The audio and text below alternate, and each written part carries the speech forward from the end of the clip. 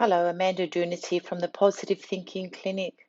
And in this video, I'm going to talk about the role of interpersonal effectiveness when we're using DBT or Dialectic Behaviour Therapy. And I get this resource from Lane Pederson, and it's a card deck for clients and therapists. And that's why I'm turning this into a video. So anyone who is interested in this form of therapy can gain an insight into what is involved when we're using interpersonal effectiveness. The practice of interpersonal effectiveness skills has three primary results: an increase in your sense of self-respect, an increase in your ability to make and take control of relationships or take care of relationships, and three, an increase in getting your wants and needs met. In dialectical behavior therapy, we have three acronyms that capture interpersonal skills: FAST, GIVE, and DMAN. These cards follow a breakdown. The cards that I'm talking about that we use in therapy as a resource, they break down the acronyms into the components with suggested practice behaviors. So I'm going to explain it on this audio as well. The acronym FAST has the building blocks for self-respect. Building your self-respect is key to feeling better about yourself and having better relationships with others. In all of your interactions, consider the question of how you want to feel about yourself after you complete that interaction.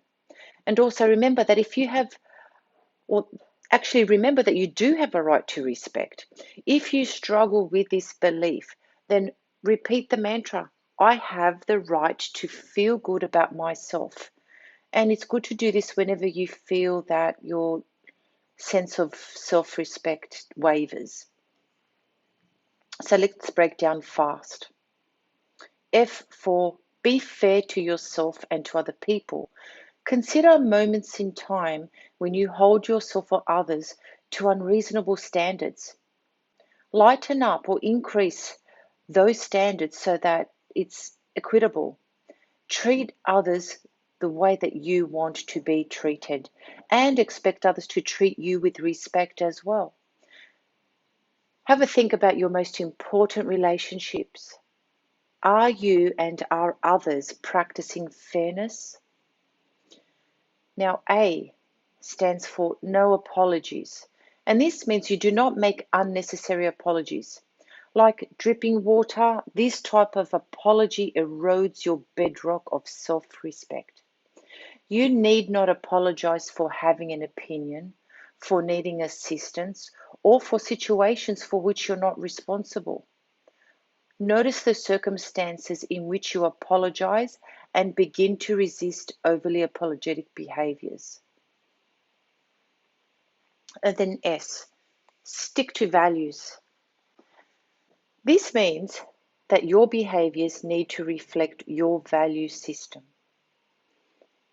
And it's wise to write down your values. Consider what is most important to you. For example, honesty, fun, safety, family. If you were to go online, you'll find a whole bunch of values inventories that you can complete. So keep that as an option for you. Self-respect comes from sticking to those values as demonstrated by your own behaviors. Read your list of values every day and think specifically about how you will live your values each day. And when your values face some form of conflict, you decide what action to take so that you can still maintain your self-respect. And then T is be truthful. Avoid lies, avoid excuses, and rather become responsible for your decisions, for your choices, and be accountable to yourself and to others. Think about times in which dishonesty caused you trouble or kept you feeling stuck. Alternatively, think about the relief that has come to you from being truthful. And so commit yourself to a life of honesty. The next acronym, GIVE, has the building blocks for building and maintaining relationships. Great relationships incorporate care and concern for others. So within your interactions, consider the question of how you want others to feel about you after the interaction has completed. Give others your availability, listening, and validation. Choose to be attentive and focus on people in your life. So let's break it down. G is for be genuine. In your interactions, be genuine, be real, and take the risk of being authentic. You can't truly connect with others if you're being fake.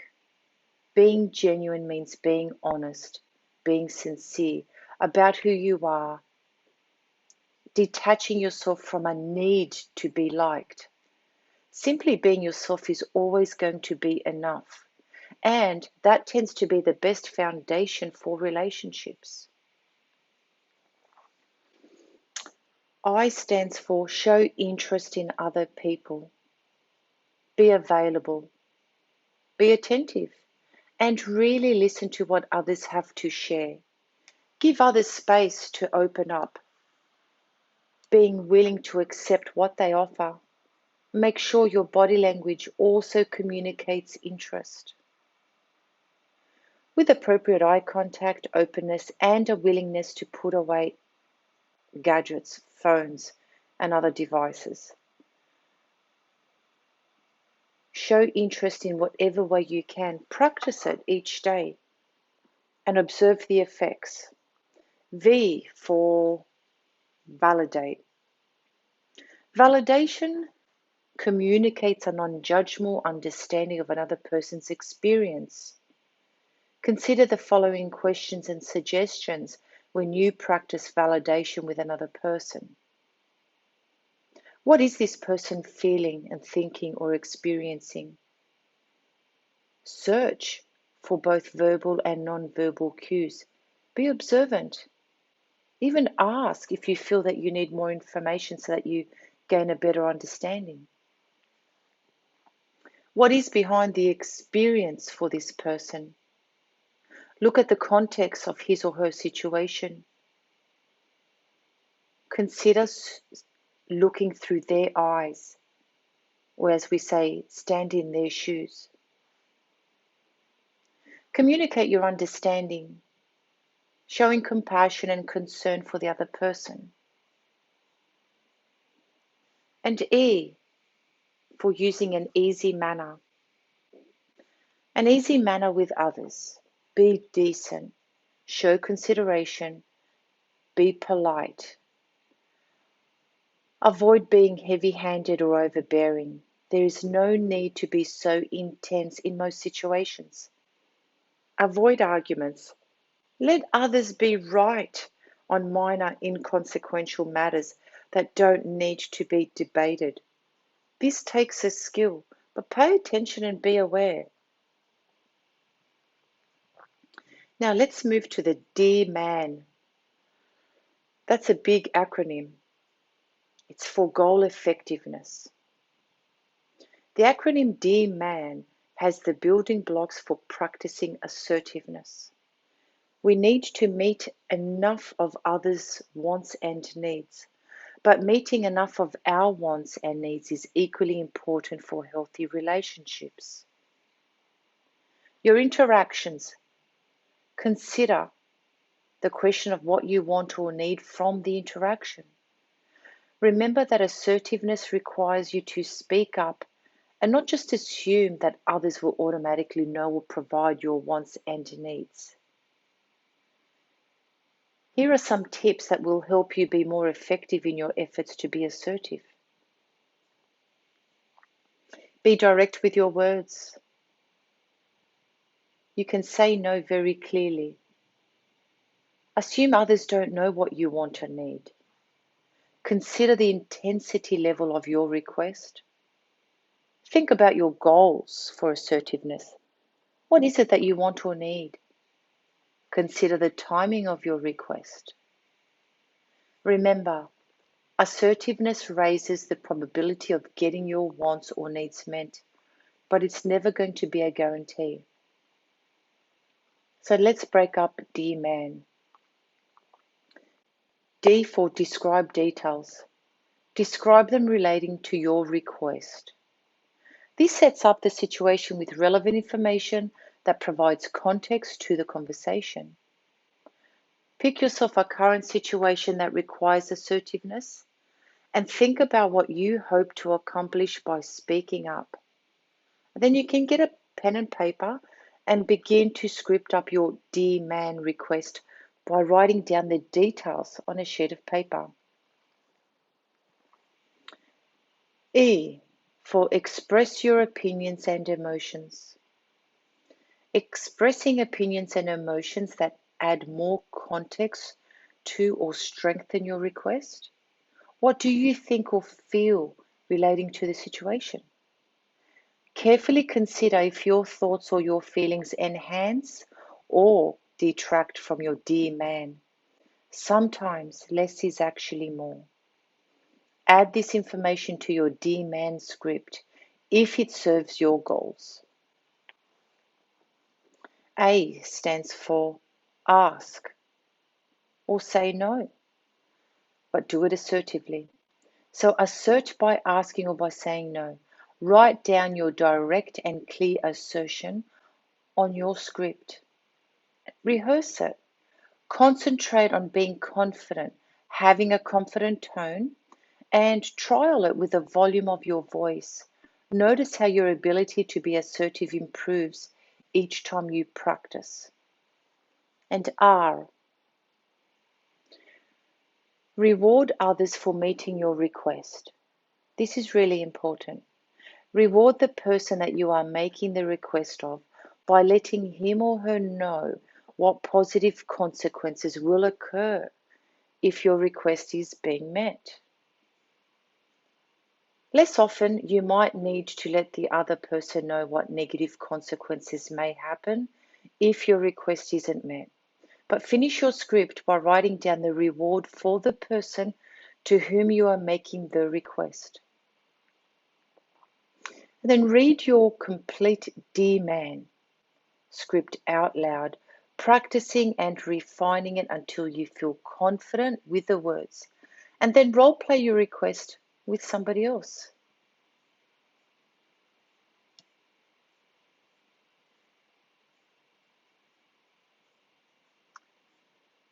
Now we look for the meaning of M, where that stands for remain mindful of your goals. Stay mindful of and focus on your Dear Man goals. Don't allow yourself to get sidetracked or even dragged into another conversation. Repeat your request over and over if you think that this strategy will work. Have your role play ready, practice, stick to your goals. A, for appear confident. Pay attention to your posture and the rest of your body language, as well as your tone and volume of voice. A good strategy is to think about a confident person that you know and act as if you are that person. It's role playing until you project your own confidence. And lastly, N for negotiate. Negotiate and compromise if the situation calls for it. Dialectically, sometimes we must give so that we can get, or even accept middle ground options. Make negotiations and compromises from wise mind and work these techniques into your role play too. When you finish this part of the role play or practice, you would have worked through your request through the entire Dear Man process. Now you get to try using your Dear Man request in your real life. Many of us experience trust issues and struggle over whether others deserve our trust. But how do you determine if someone is trustworthy? Trustworthy people are stable and consistent, and others can rely on their predictability. Trustworthy people are honest and they tell the truth.